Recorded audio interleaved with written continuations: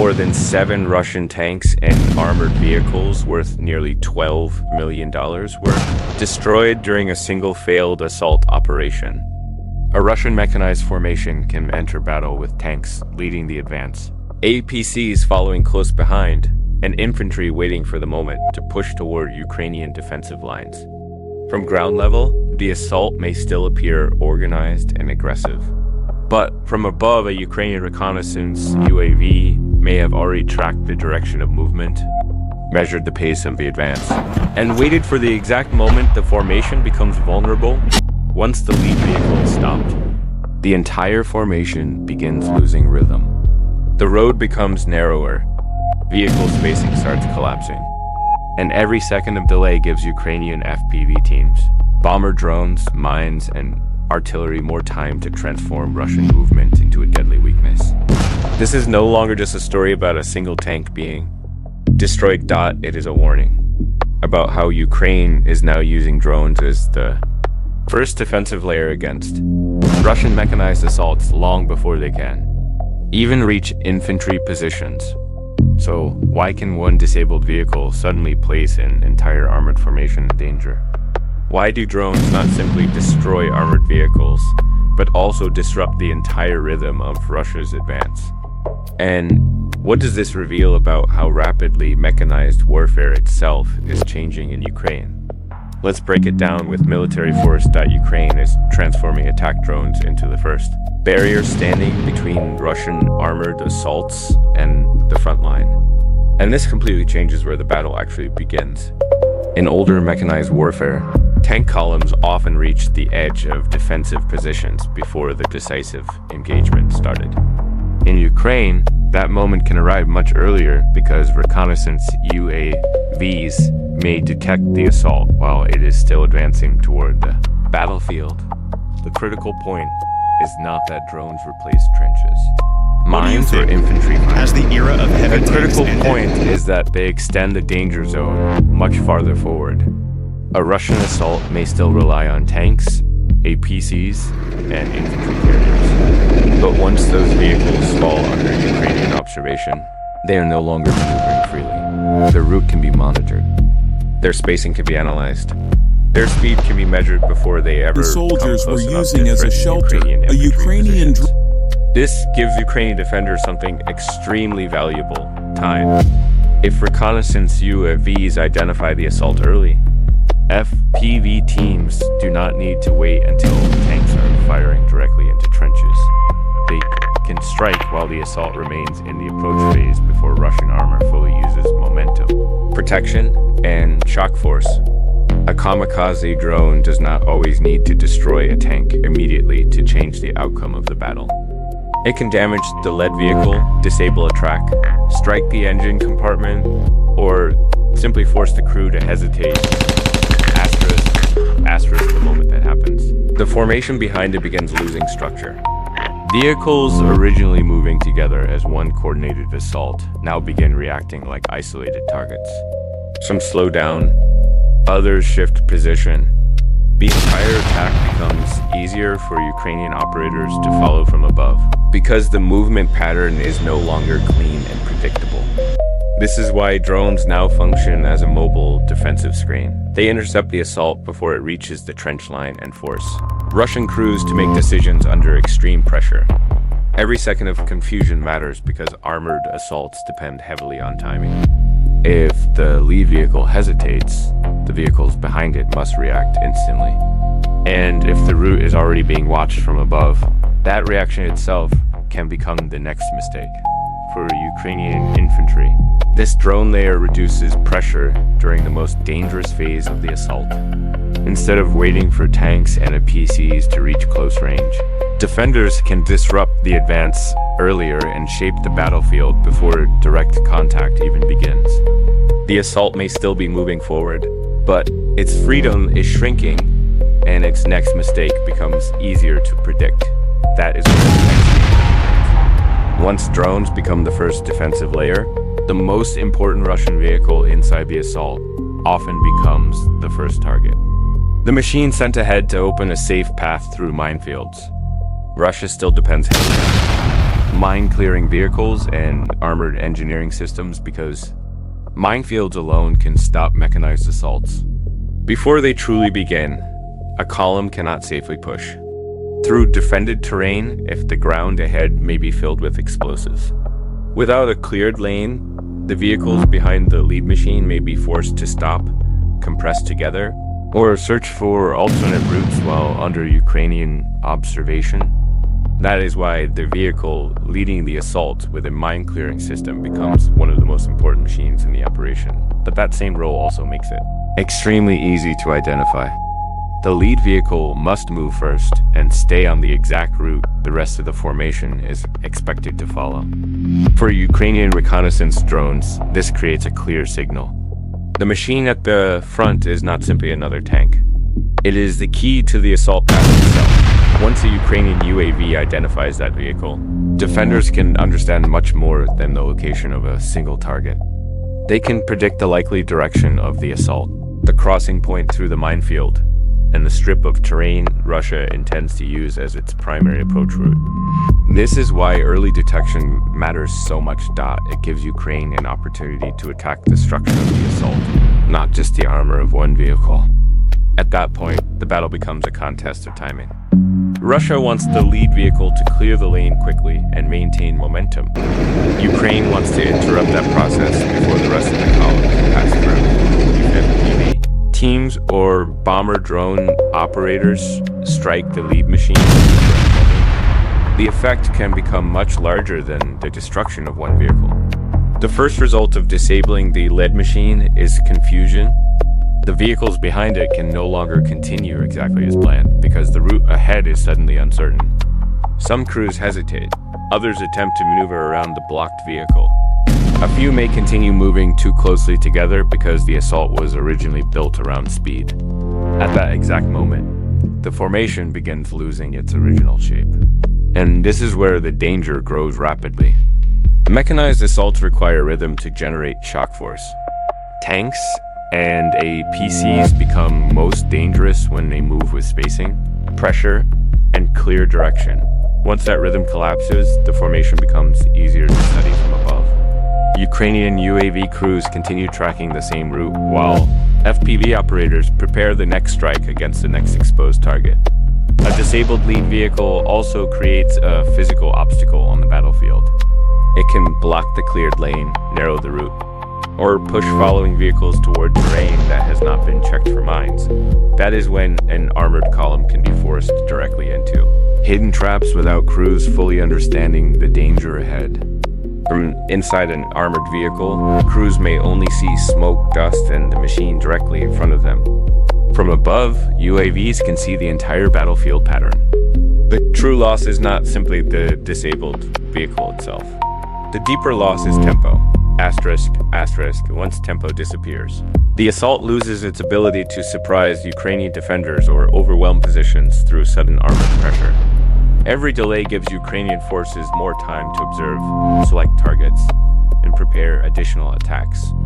The lead vehicle was supposed to open the path, but once disabled, it can transform the route itself into a growing trap with every delayed movement behind it.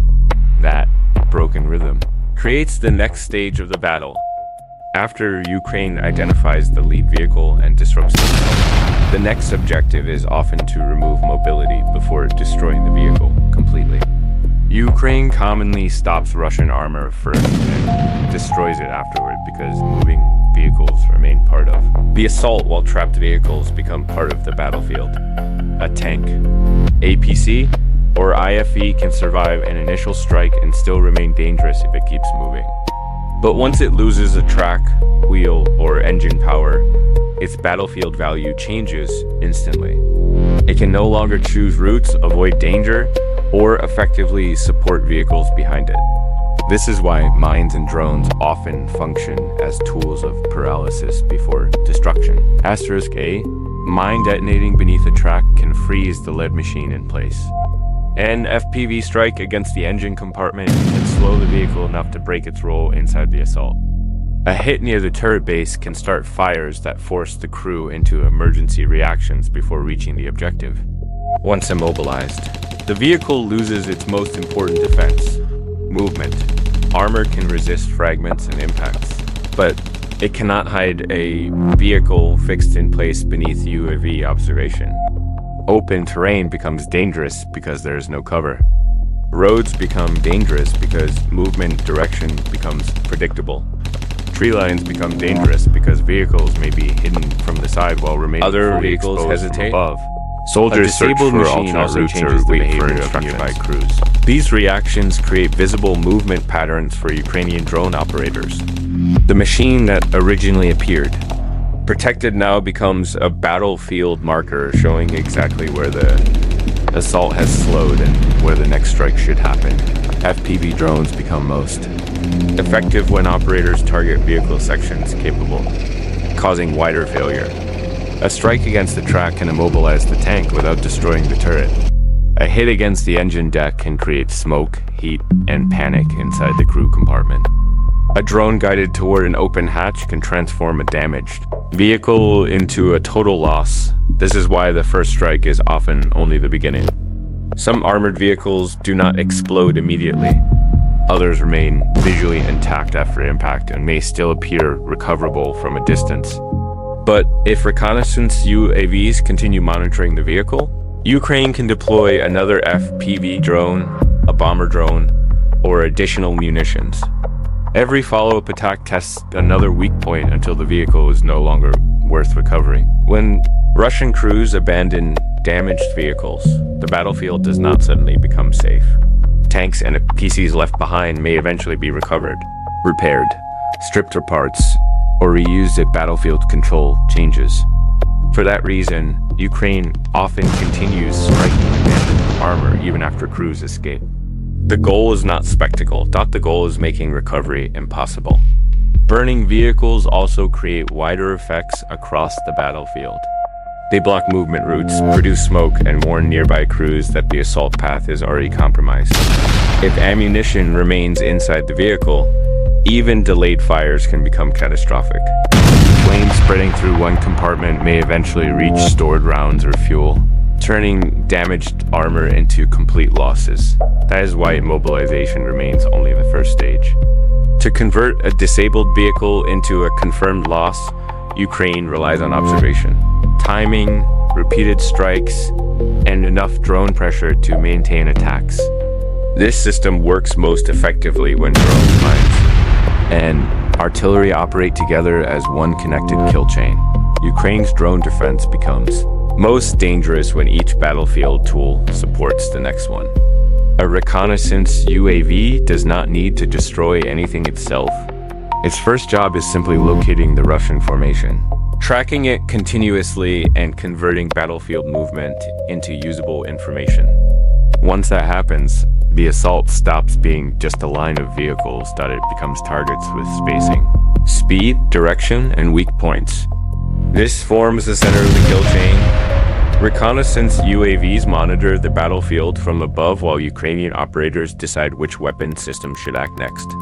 If the column moves quickly, artillery can disrupt the formation. If a vehicle slows down, FPV teams can strike precisely. If a vehicle becomes trapped, bomber drones can finish the target from above. The true value lies not only in the strike itself, but in maintaining constant battlefield observation that keeps the target under pressure. Artillery becomes far more effective inside this system because it no longer fires blindly toward general areas. Once UAVs track the convoy, artillery crews adjust fire against real movement. Shells and cluster strikes do not need to destroy every vehicle directly. They only need to force crews to slow down, widen spacing, alter direction, or abandon roads entirely. FPV drones then become the precision strike layer. They perform best when targets are already damaged, moving slowly, or trapped inside narrow routes. A skilled operator can guide the drone toward vulnerable sections rather than wasting a strike against the strongest armor. This transforms every drone from a simple explosive into a guided decision against a specific weakness. Bomber drones serve a different role. They become most useful once targets lose mobility, a tank with an open hatch, and a PC stopped near cover or a disabled vehicle left on the road can all be attacked from above. Their strength lies in patience. Operators can wait for safer attack angles and drop munitions into sections where armor offers less protection. Mines also remain part of the kill chain, not merely battlefield obstacles. A mine detonating beneath. A track can disable the lead machine and block the route behind it. That blast creates the pause reconnaissance teams need to maintain observation while artillery just fire and FPV teams prepare follow-up strikes. This is why Ukraine's system becomes far more dangerous than any individual drone. Reconnaissance identifies the target. Mines and artillery break movement. FPV drones attack exposed weak points. Bomber drones finish what remains. Together, these systems transform speed into vulnerability and pressure into disorder. The assault is not defeated by one weapon alone, but by the way every system hands the target to the next stage of the kill chain. The deeper effect becomes psychological as much as tactical. Russian crews no longer fear only the weapon striking them directly. They fear the knowledge that every movement may already be tracked and every pause may trigger another attack. Once that fear enters the formation, decisions become slower and spacing becomes harder to maintain, but this system does not operate inside an uncontested sky. Russia continues using electronic warfare, additional armor protection, and battlefield deception, meaning Ukraine must constantly adapt the way strikes are guided, timed, and executed. Russian electronic warfare remains one of the biggest challenges for Ukrainian drone operators because it attacks the connection between the pilot and the drone itself. An FPV drone may approach extremely close to the target, but if the signal weakens at the final moment, accuracy can collapse. The drone may drift, miss the angle, or crash before impact. In some situations, operators must abandon the first approach entirely and search for safer attack paths. This makes the battlefield far more complex than a simple contest. Between cheap drones and expensive tanks, Russian forces deployed jammers to protect vehicles, strong points, and important routes expected to face drone attacks. These systems cannot protect every target constantly, but they can complicate strikes significantly. Ukraine's response is not simply launching larger numbers of drones. The response is adapting attack methods continuously because every failed strike gives Russian crews additional time to survive. One important adaptation involves fiber optic FPV drones. Because the control signal travels through physical cables rather than radio transmission, these drones reduce vulnerability to jamming. They are not perfect and still face limitations involving range, movement, and handling. But in areas saturated with electronic warfare, they provide operators another method of maintaining control during the final attack phase. Ukraine also uses simpler methods whenever necessary. Mavic drones or bomber drones can hover above damaged or abandoned vehicles and drop grenades from safer angles. This method is slower than FPV strikes, but extremely effective when targets stop moving or expose weak points, such as open hatches. In those situations, patience becomes more valuable than speed. Operator skill often becomes the deciding factor. Experienced pilots must read terrain, interference, and target behavior simultaneously. Sometimes the best attack involves a low strike against the rear compartment. Other times, the operator waits and attacks from directly above. In many situations, avoiding the strongest armor entirely becomes the smartest decision. That is why weak points matter so much. Hatches, engine decks, turret bases, and gaps around reactive armor become far more important than the thickest armored sections. A direct hit against strong frontal armor may waste the drone completely. A precise strike against weaker sections can create smoke, fires, or internal damage capable of changing the outcome entirely. Electronic warfare does not remove drones from the battlefield. It forces Ukraine to use them with greater discipline. Reconnaissance UAVs must maintain observation. FPV teams must carefully select attack angles. Bomber drones must wait for the right moment. artillery must remain connected to the same operational picture. Under that pressure, warfare becomes less about dramatic explosions and more about control, patience, and timing. When Ukraine maintains observation, enough drones, and skilled operators, even modern Russian armor becomes vulnerable if it remains exposed too long. Advanced tanks such as the T9OM are no longer truly safe once. Ukrainian observation continues tracking them for extended periods. Tank may survive the first strike and still appear recoverable from a distance. But if drones continue monitoring the vehicle, the danger never truly disappears. A second strike can remove mobility. A third can start fires. Another hit may ignite ammunition or fuel compartments. This does not mean tanks have become useless. Armor still matters when supported by infantry, smoke, electronic warfare, and recovery systems. The problem begins once vehicles become isolated and remain visible from above. Modern tanks are designed to survive impacts, not remain exposed while drone operators repeatedly test weak points one after another. That is why the T9OM now represents something larger than one machine. It proves modernization alone cannot fully solve the battlefield problem. Better armor helps. Additional protection delays destruction. But if the vehicle loses movement and remains exposed, the battle becomes a test of time. The longer the tank remains visible, the greater the chance operators eventually find an effective attack angle. Ukraine is now pushing drone warfare far beyond the front line itself. The same logic now targets ammunition depots, command centers, radar systems, air defenses, logistics hubs, and drone support infrastructure behind Russian lines. These targets may appear less dramatic than burning tanks, but they shape the battlefield long before assaults begin. Russian offensives require more than armored vehicles. They require fuel, ammunition, communications, air defense, and functioning command systems. If drones damage those systems in the rear, pressure eventually appears at the front line itself. This is why drones have become central to modern warfare in Ukraine. They do not replace infantry, tanks, or artillery. Infantry still holds terrain. Tanks still provide armored shock. Artillery still delivers overwhelming firepower. But drones now identify targets, guide strikes, confirm destruction, and reduce the cost of damaging expensive Russian equipment from the front line to rear logistic zones. Drones are changing more than how tanks are destroyed. They are changing how assaults are prepared, detected, and broken apart.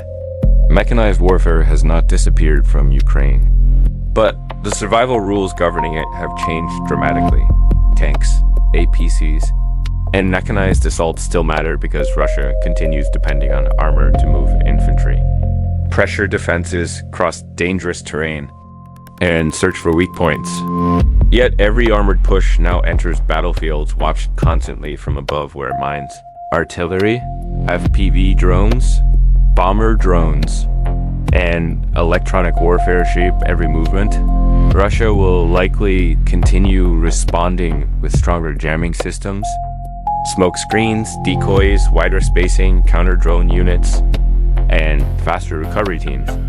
Ukraine will likely continue developing fiber optic FPV systems, drone-laid mines, deeper reconnaissance networks, and strikes against radar systems, air defenses, logistics hubs, and command centers. The next battles may no longer be decided simply by who possesses more tanks.